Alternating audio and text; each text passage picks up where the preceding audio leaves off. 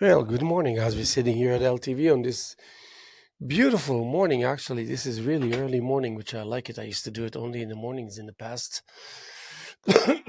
Continuing with the tradition of, actually, it's March 21st, year 2024, here with the Hello Hello Show. And my name is Haim Mizrahi, continuing with the tradition of public access and the tradition of the Hello Hello Show that's been on the air since 1980. Of course, not to fail to mention the contribution by Fraser Dougherty, Francis Ann, and of course the likes of you out there making it your business to enhance and fortify the concept of public access as it should be rightfully so, and as you either knowingly or unknowingly, directly or indirectly, are part of this growth and expansion and enhancement of this concept. Now, keep in mind, this concept is responsible for when I say fortification, I mean it's kind of sounds like a military word, but it's more artistic than one can fathom, even in the sense of putting one and one together, in the sense of adding layers, almost like an artist in the studio. Not before that I have grasped the reality and the meaning behind building up layers and the importance of layers that I realized not only that I'm becoming an artist, that I'm already yeah, come, Marco. So, oh my God, the here, take this key and open the door and give me back the papers on the dashboard. Yeah. You see it for the cabinets and give me back the key. Oh, okay. Yeah, okay. Yeah. Okay, you got it. There's Marco, my friend. Is Marco is here, and he's a good friend, a good person. And speaking of being efficient, speaking of being devoted and dedicated, whether it's a small task or a big one, important or trivial. So not before that I realized the importance of accumulating layers that I actually sensed that I'm becoming of the concept of the uh, the ability to conceive that this process leads to a potential outcome, that leads to a result, that leads to a becoming, that leads to a breakthrough, that leads to back to square one and starting. Because in the beginning, I don't want to sound like Genesis now, but in the beginning, it was all about being too careful because you haven't come together with the idea that a painter facing the canvas with goodwill and good intentions and somewhat of an ability to control a brush and to understand the relationship between colors and to understand the whole act of application, you just wanted to get it over with because it was too scary. I was taught, unfortunately, to be that it's natural to be intimidated by the canvas, especially at the early stages when it's white and it's there. But people don't realize that the lack of all pigment and the combination of all pigment together that translates itself into black and white, that's great. So this is it, yeah? And then when you finish, you call me and we meet at the house. Yeah, okay. Okay, thank you, thank you. Let me know that you get in well and all this. Oh, okay.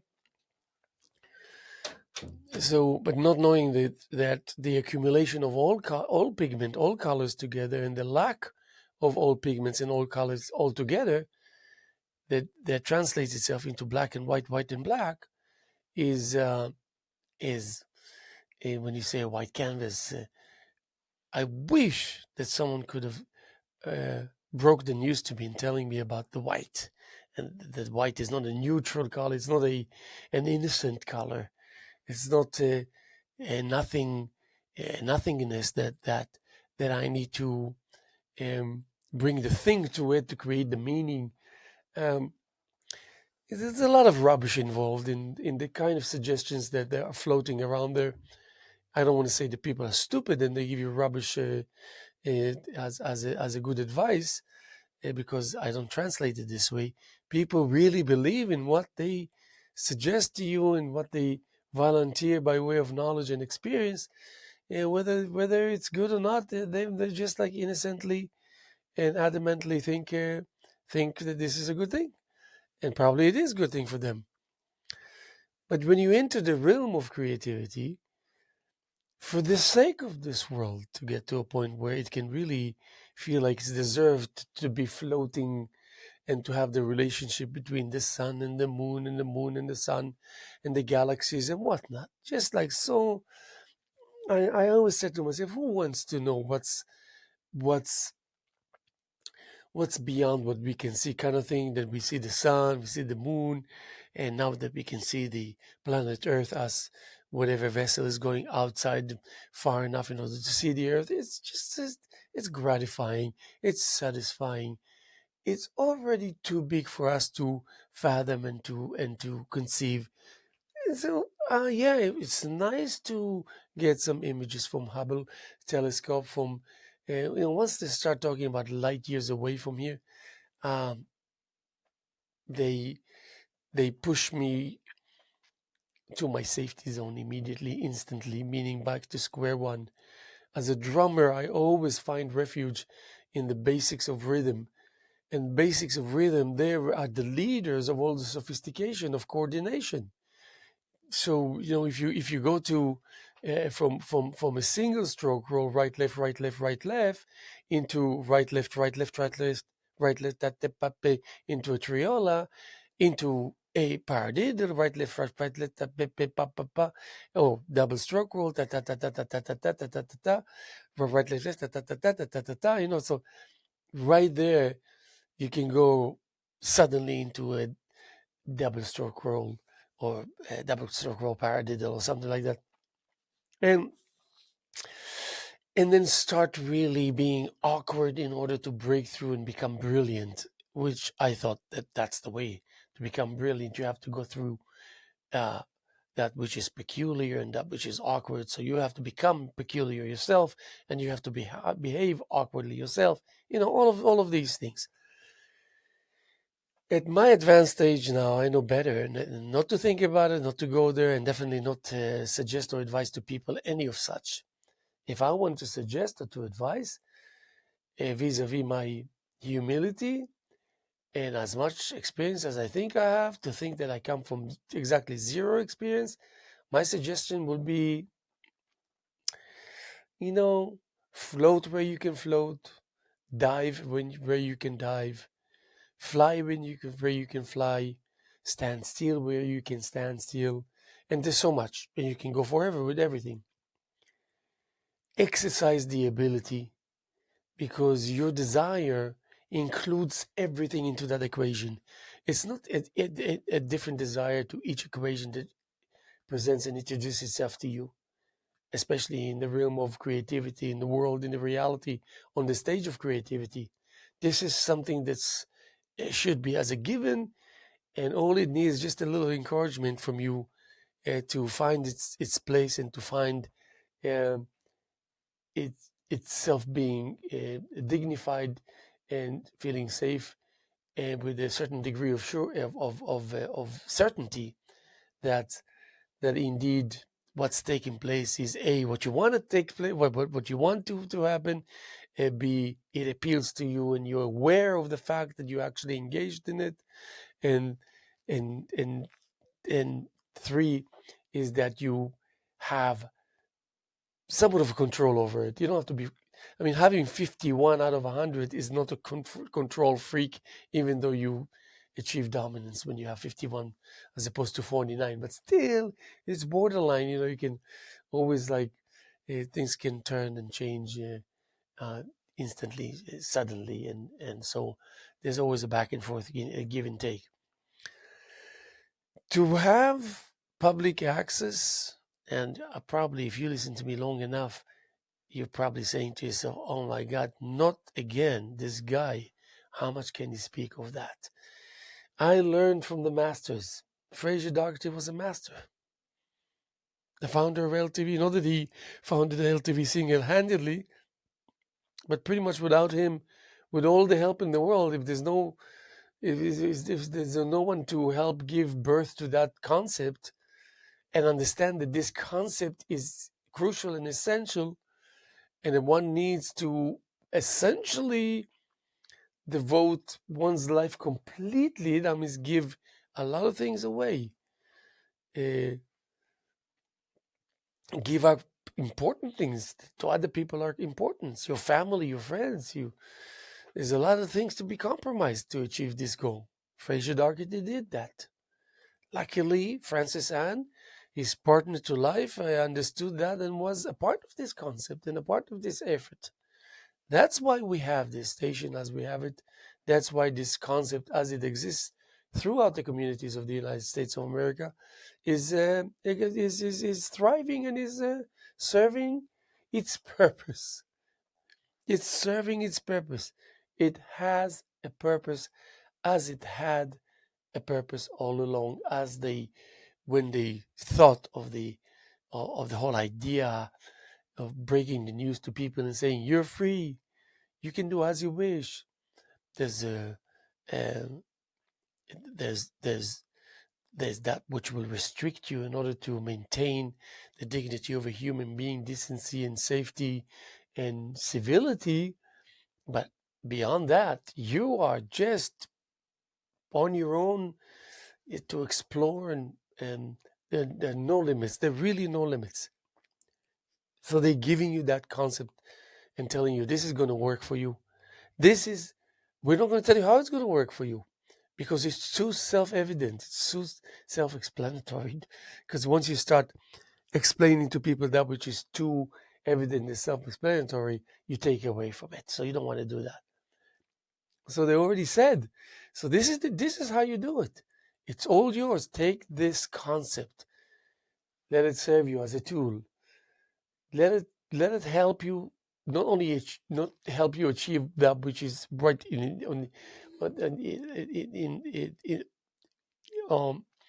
on the agenda in front of you, obvious and evident, but to create new things, to add subject matters, to add concepts, subconcepts, to add things that does not uh, uh, uh, expose themselves to any kind of importance, any kind of preferences, that it's all important, really is all important. When you have public access that plays into your hands and is at your disposal in a very unique, funny, unusual way, serves as an instigator instead of as a influencer, and inspires and what's the word that I want to say is um, uh,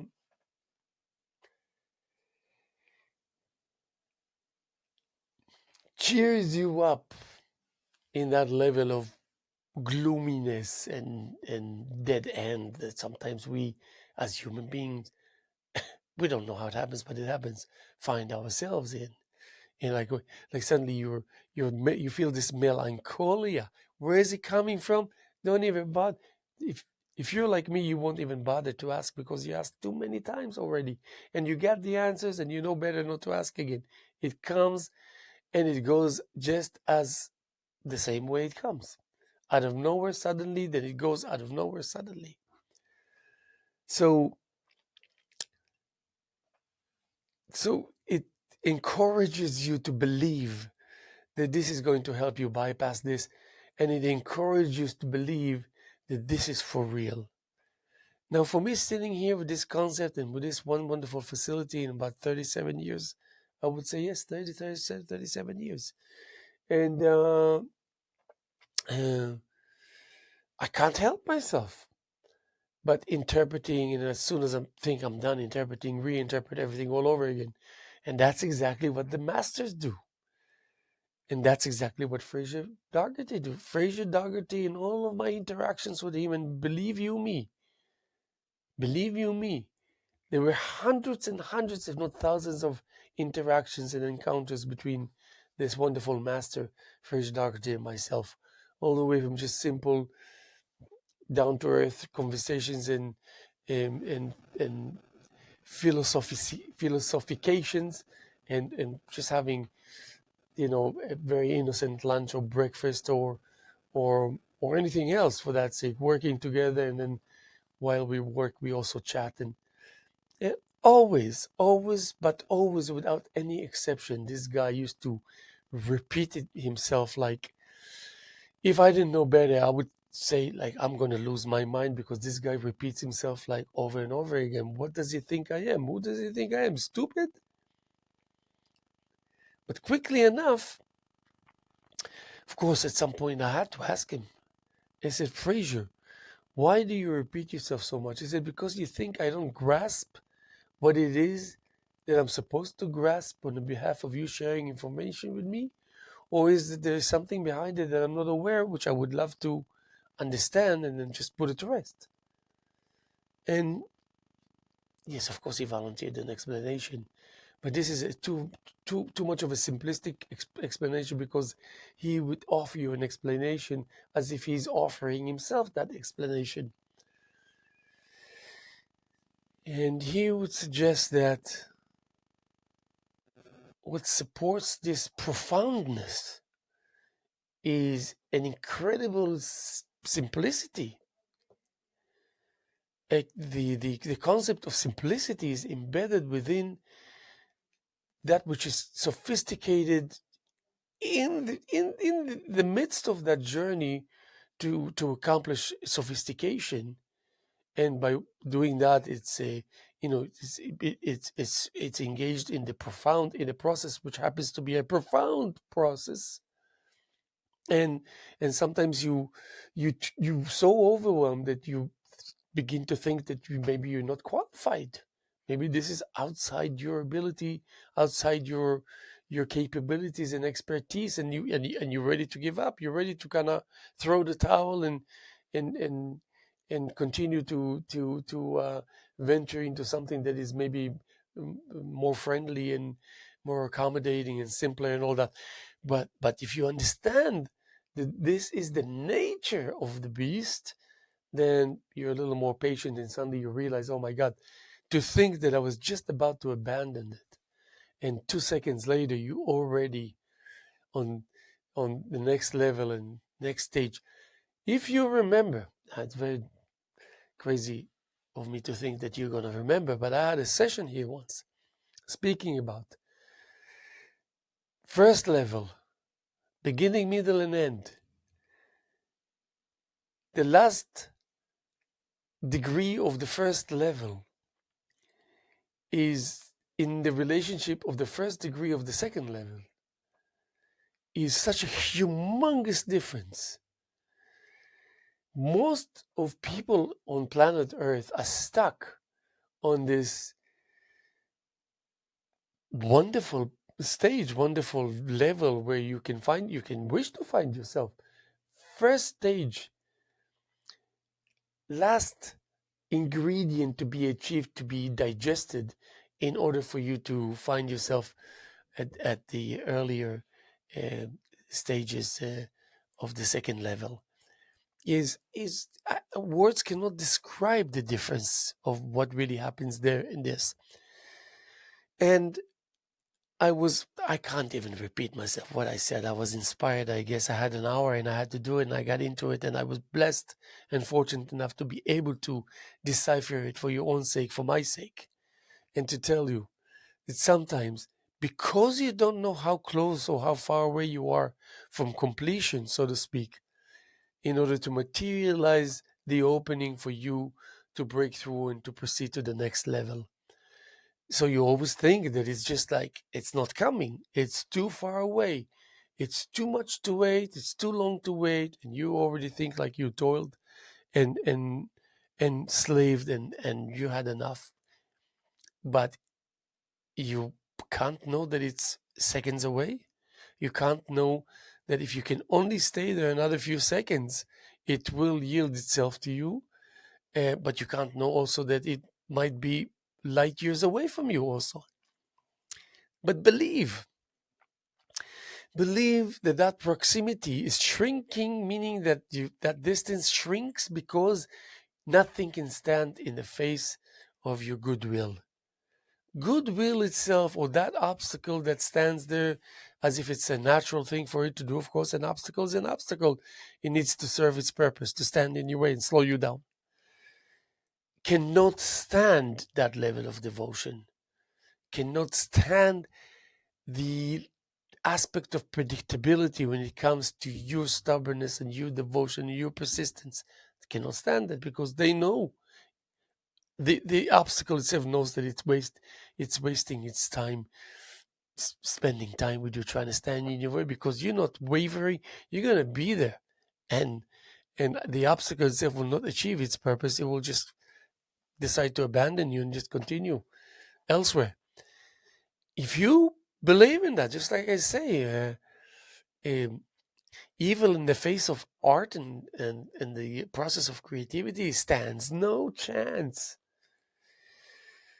No chance. And that was proven many, many times in the past. When people abandoned their humility and their excellent level of values in order to venture into the world into the abyss of hostility and aggression and cruelty. They did not immune themselves against the possibility or the probability of being reintroduced to that which was humbling them, and that they would in their previous life supposedly uh, admire and adore that concept, and people that were masters in that concept were highly respected. Highly respected.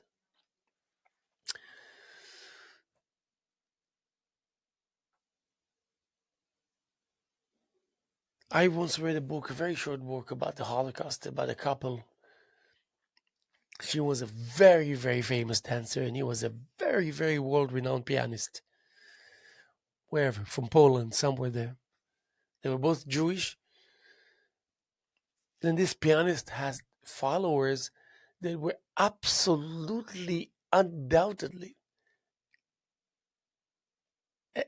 admired by a huge group of people across the world, definitely in Poland. And this dancer, his wife, was a revolutionary. She introduced a modernistic approach to movement and freestyle and all these alternatives that were adapted and all this. She was admired, and people look up to her, and it was just like she ahead of her time. Both of them were ahead of the time. Unfortunately, they both ended in Auschwitz, and this is a true story.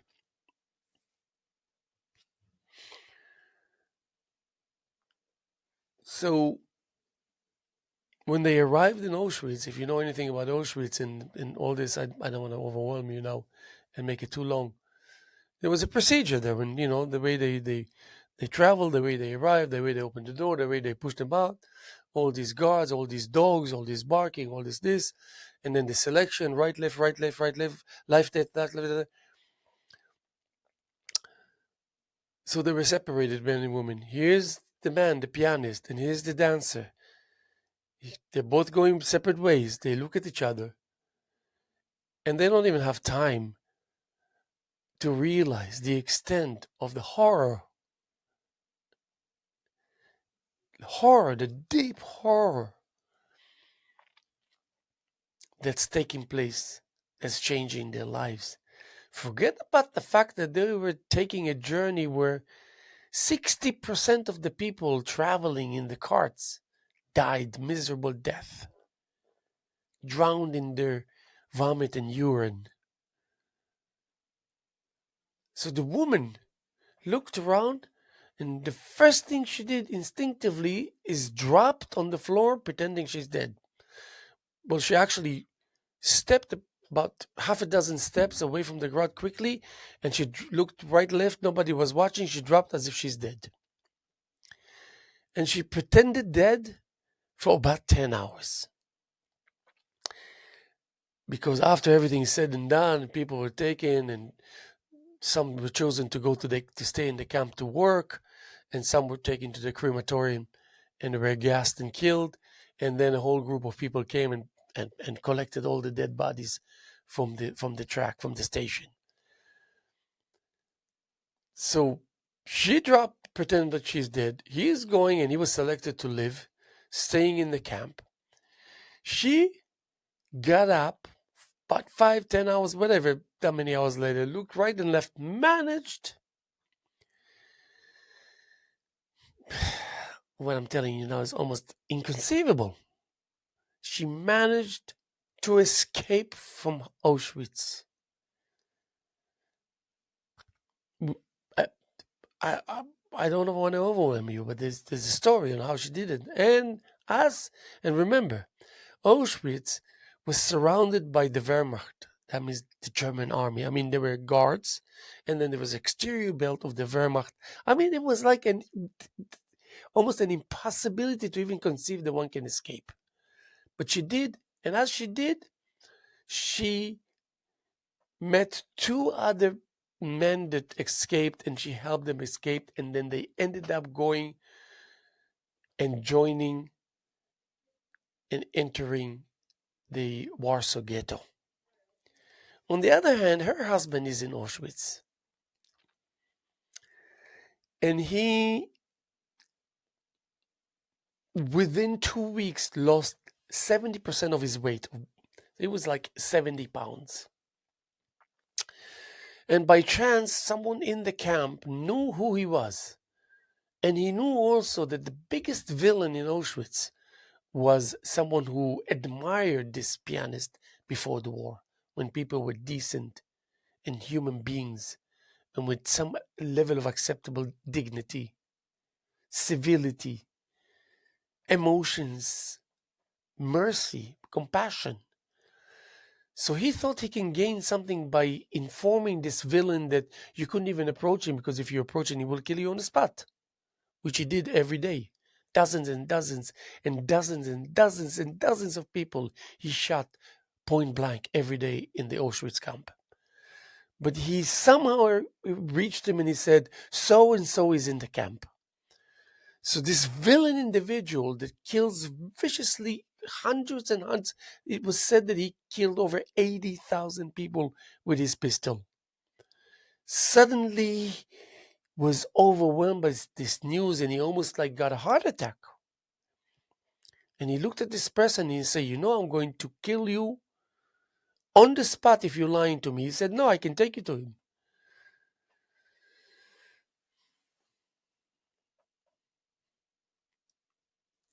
So quickly enough, he reaches him, and this guy is like at the brink of death. He brings him to his office, he revives him, he makes it a point for him to stay in the office. He brings a piano to the office. He arranges for a piano to be delivered to his office, and he brings him to life.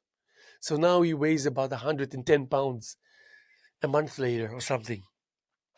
In the meantime, his wife is back in Geta Warsaw. And in Geta Warsaw, there was the uprising of Geta Warsaw, which she participated in the uprising. Participated after she had the journey to Auschwitz, after she pretended dead, and after she escaped from. I mean, this is like unfriggin' believable. Speaking of art, speaking of, they just came from the top of the world where they were innovators, where they were on top of the scale of their ability and the enlightenment that their trade uh, provided to the world, the enlightened world. It was real. It wasn't fiction. What they did influenced to such extent in a very, very real way. Now, why am I telling you these things? It's a no-brainer why I'm telling you these things, because there lies the source that proves to us that the epitome of evil melts in the face of those individuals that can that can present to us their capability vis-a-vis their artistic capabilities to create and the ability to bring something out of nothing. And it just works because it's magic. and it's magic mixed with soul, with spirit, with so many juices flowing, and so many on so much on so many levels. People are influenced. People take notice. People join. So she was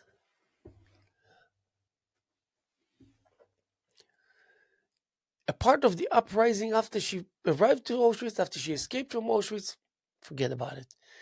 Then, after this heroic battle between some people, some Jews there in the Warsaw Ghetto, they were captured. She was one of those who were captured, sent back to Auschwitz. So she sent back to Auschwitz, and she gave up. She said, okay, if I survive getting there, I'm not fighting. I'm not going to be innovative. I'm going to go directly to the gas chambers. And it's said that she was one of the only ones out of hundreds of thousands of people that went into the gas chambers fully aware of what's taking place, having all her marbles intact. This is not a joke, what I share with you. It's real. It's a big thing to say about someone. I mean, uh, forget about it. I can tear up here. And so was the case. She was gassed, and God bless her soul. On the other hand, this husband of hers is catered by this villain in his office. This villain literally has a ritual every morning when they wake up. He's on his knees bowing to this master, while he despises his race to a degree that it's the depth of the degree of the depth of the depth of the depth of the degree of hatred and anti-Semitism and just hatred of your fellow man. But he worships him. But then the war comes to an end. The Russians are coming and closing in on Auschwitz.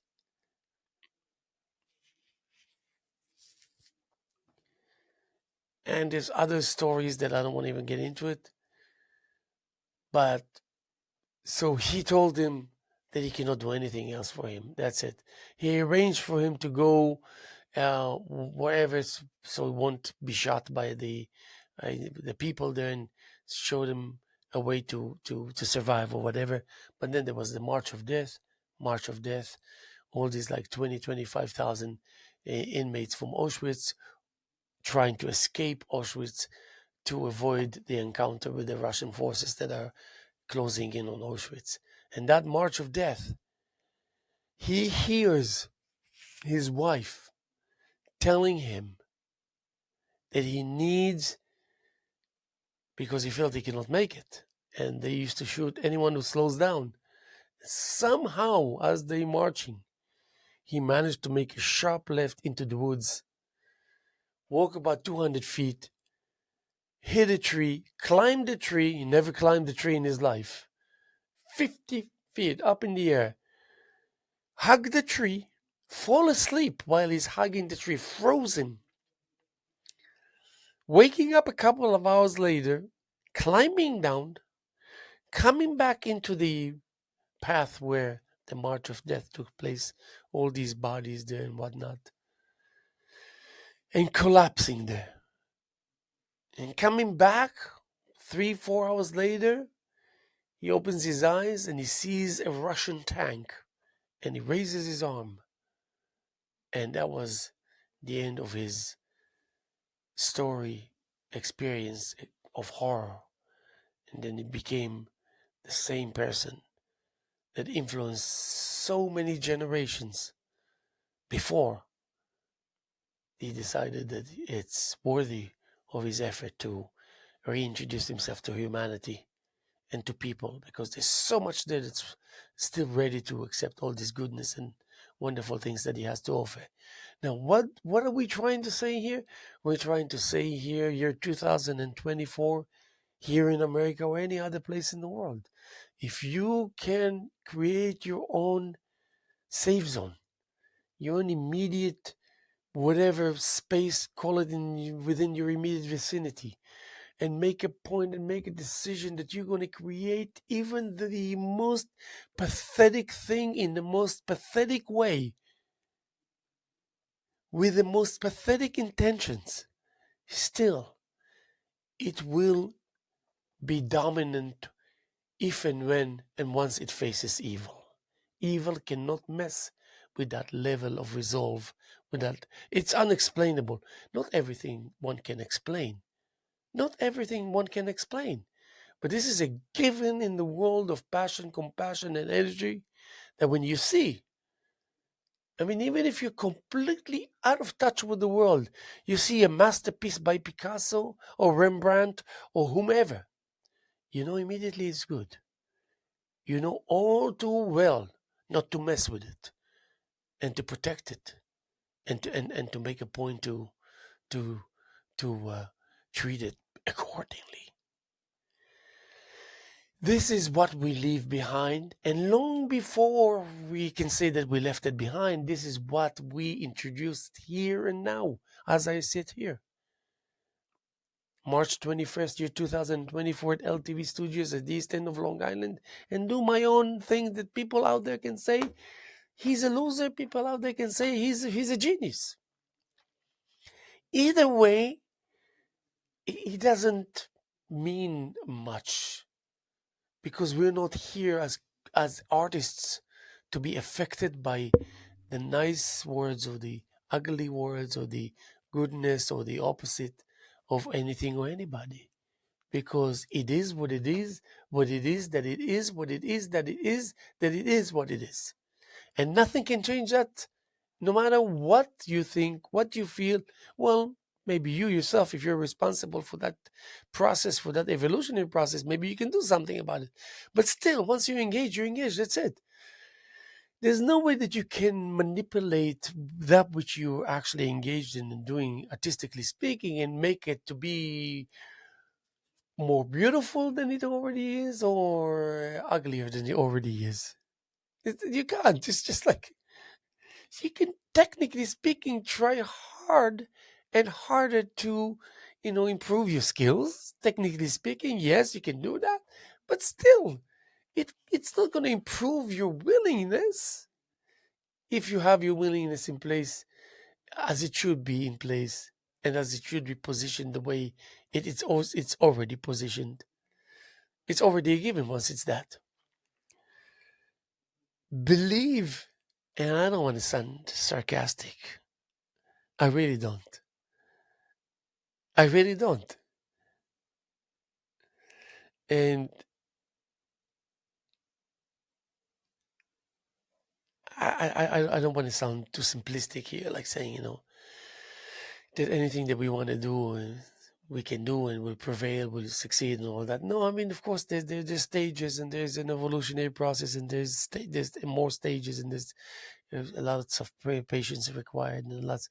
Yes, I mean, but it definitely gets you nearer to that which you usually think is unachievable, and that you're uh, in the vicinity of that which is familiar to you, of that that of which is or for the most part already a part of you. You don't have to import it from anywhere, as it is already fermenting within you. Uh,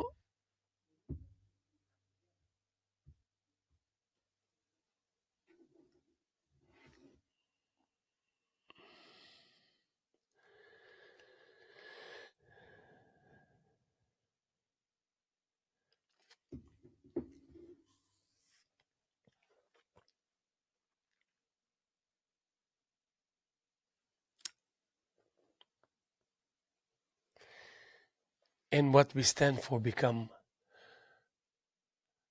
more and more evident. And when this happens and this is being maintained, you see the results. You see the results. You don't even have to wait. That's the beauty of it. You see the results. You don't need to kind of like you invest your money and you have to, let's see, maybe next month. next year what yields. No, you see the results instantly upon impact. And this is the way it is. You want explanations? You're wasting your time.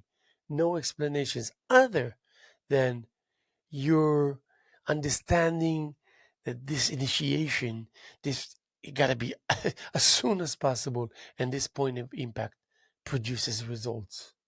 And these results, they're appealing and they're effective and they do their job. They do the task at hand is clear and becoming clearer and clearer every day. And so we don't really, and most people that I know that speak to you, I know already most people that think exactly and believe exactly the same way I do. It's it's it's evident to them. It's not like, oh, wait a second, let's pause for a second. I don't quite get it, or I don't quite understand, or I don't quite see that which I'm supposed to see, but it's not there. They don't. They do. They do. So if I talk to you about Auschwitz and things and the atrocities, in the ancient times, people had no, whatever, guided missiles and stealth airplanes and laser guided whatever and if so anything. If there was a battlefield, they had to face each other face to face with sharp swords and knives and whatever, and it was gruesome. And so it's it, the it was too gruesome for people to have enough time in their hands to think otherwise. Being enlightened had no room to exist, nevertheless to thrive. Being enlightened was only for the prophets and the kings and the privileged and the fortunate. People didn't understand then that just by way of thinking of themselves can bring about salvation and freedom of the soul, freedom of the body, freedom of the spirit, freedom of your being, of your personality, of your demeanor, of your psyche, freedom of so many things, and for that sake, freedom of everything, of everything that stands still, of everything that stands in front of you. And of course, when that take place, the way it shares its treasures with the world is undescribable. And so I do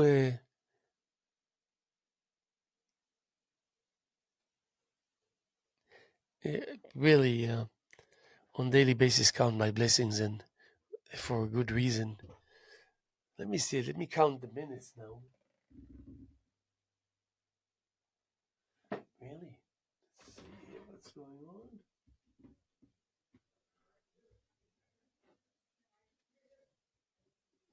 Okay. So we got 13. So let's take a little break with some jazz. Okay, how about that? I'm a jazz person.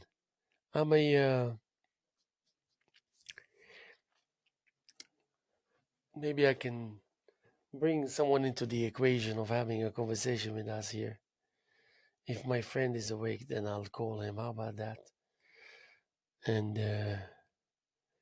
give him the chance to share with us some of his wisdom. Ah, boy, oh boy. Is that it? Yeah. Um,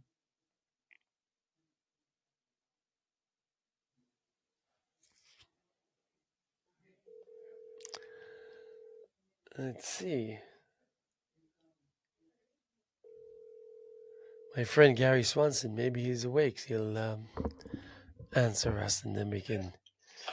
Yeah, Gary, I'm on the air. Do you have 10 minutes? Sure.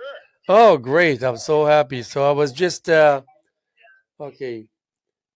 Um, I was just, raving about you endlessly. Oh no, don't do that. Wait a second, what's going on? Wait here. Hey, listen, you have to stop ranting about me. I'll get a good reputation. Yeah, well, that's almost like unbearable, though. Are we on right now? Yes, we on. Yeah. You always embarrass me, man. Why is that? No, I mean I'm kidding. It's great to not be awake, and then all of a sudden somebody says, "Hey, you're talking to millions of people across the country." Listen, you're a power to be reckoned with, and with all your training and experience in the realm of acting and glamour and whatnot, I'm not so sure you're aware of it, or at You least know, as much as you should. I, I went to L.A. I told you this, right? Yes. They flew me out because this movie I did, Vice Squad, in 1982. It came out. It's a big hit. Uh huh. Uh, and what has happened is that over the years, it has become a cult hit. So that it is now, this movie Vice Squad is an institution. I mean, in other words, it's going to continue to have legs. When they flew me out to go, they did last Wednesday, I believe it was. I was out in L.A. They flew me out and to do a screening of Vice Squad at the Egyptian Theater, which is on Hollywood Boulevard. It's one of the most famous old movie theaters in L.A. Right on Hollywood Boulevard, right next to where they did the Academy Awards. The tent was right next door to it. This was the Friday before the Oscars on Sunday. Anyway, Wings Hauser and I were the two leads in it. Wings was the bad guy. I was the cop. So he was phenomenal in the movie, and we got great reviews from the New York Times. They picked me out. Vincent Canby picked me out as a. This is in 1982. He as the new young superstar and all this other stuff. So we didn't really know what hit us because this is a $3 million movie. The only asset, real name we had was John Alcott, who was the director of photography on Barry Lyndon, and he was an Academy Award winning director of photography. So he lit Vice Squad in a way that had never been lit before, which was he wet the streets down before we shot at night. These big trucks would come in and wet Hollywood Boulevard down and wherever we were, so that the whole place had a blue kind of sheen to it and created a wonderful atmosphere. So anyway, when I hadn't seen Wings in 25 years, 30 years, and we became such great buddies on that movie. Here we are antagonists on the film. I mean, I wanted to kill him on film, and he wanted to kill me on film. But we get off camera, and all we did was laugh and have a great time. He's the funniest guy I've ever known.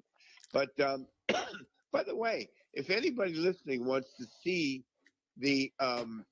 you can YouTube if you go to Wingshauser, Gary Swanson, uh, uh, Vice Squad at the Egyptian. They have the Q&A after of Wings and I talking to the audience. But Yeah, yeah. here's Send me a link to that. I would love to I personally. don't have I have to get the link myself, but I was told you go on YouTube, you plug that in, and you can pull it up. But here's the thing that got me to go there. I sat in the back with a bunch of my students showed up, right, from around the country. They were there already. So we sat in the back, packed theater, Hiram. Yeah. This old Egyptian theater. I mean, you felt like you were in a 1920s movie theater, right? Packed with people, and the guy gets up, Dan McCann, who ran the whole thing. It's called Cinematheque that sponsored it all.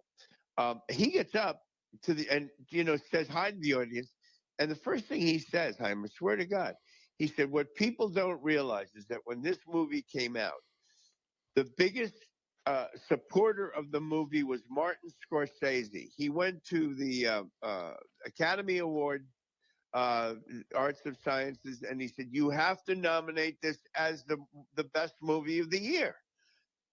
To hear that all these years later, right? And then he said to the audience, he said, "How many of you have seen this movie before?" Only half raised their hands. Hmm. How many were not born when the movie was made? Half the theater weren't even born when the movie was made, right? So uh, so there I am sitting in the back, and I had this experience once before 45 years ago, whenever it was, in New York City when the movie opens. And I sat in the back with my friends, not knowing that I was about to witness on 86th Street in New York City in 1982 a packed house of people who'd never seen the movie, who, as the movie went on, began to clap, hoot, holler, and laugh all the way through. And at the end, when I pinned Ramrod, I'm Lieutenant Walsh, head of the Vice Squad. When I pinned him with my car after all this night of this mad dog pimp killing people, I pin him against the wall, and we have a gunfight, and I shoot him. And this actually happened twice, Chaim. Listen to this.